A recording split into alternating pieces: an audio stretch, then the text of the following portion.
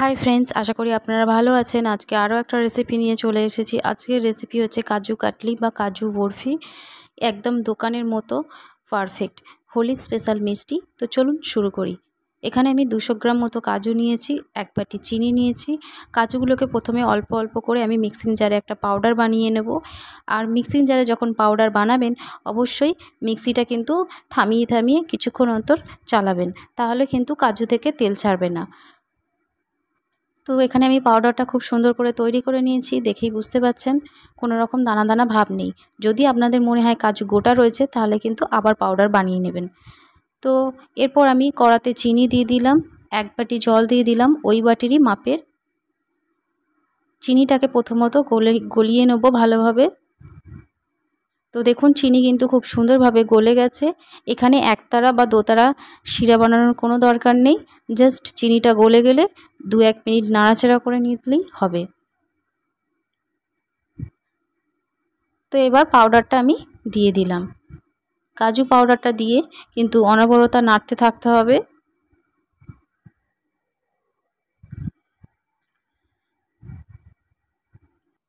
এখানে আমি পাউডার দুধ ব্যবহার করেছি 1 চামচ। পাউডার দুধ দিলে কাজু বরফিটা খেতে কিন্তু আরও দ্বিগুণ হয়ে যায়, টেস্টটা খুব সুন্দর হয়। তো ভালোভাবে মিশিয়ে নিয়েছি।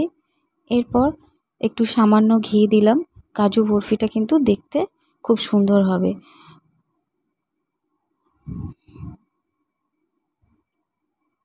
তো ভালোভাবে মিশিয়ে নেওয়ার পর এভাবেই অনবরত নাড়তে থাকতে হবে।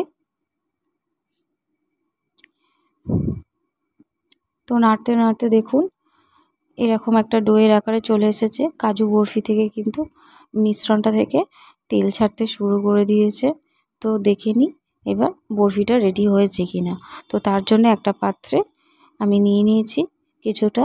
তো দেখুন খুব সহজে কিন্তু গোল গোল হয়ে আসছে। এর মানে কিন্তু তৈরি হয়ে গেছে কাজু বরফি বানানোর জন্য। তো আমি ঘি মাখানো পাত্রে আমি এটা মিশ্রণটা ঢেলে নিলাম। গরম থাকতে থাকতে চামচের সাহায্যে আমি একটু মেখে নেব। মাখতে মাখতে একটা ডোয়ের আকারে নিয়ে চলে আসবো। তো দেখুন একটু ঠান্ডা হতেই আমি হাতের সাহায্যে একটা ডো বানিয়ে নিয়েছি, ঠিক যেমন আটার ডো হয় সেরকম বানিয়ে নিয়েছি।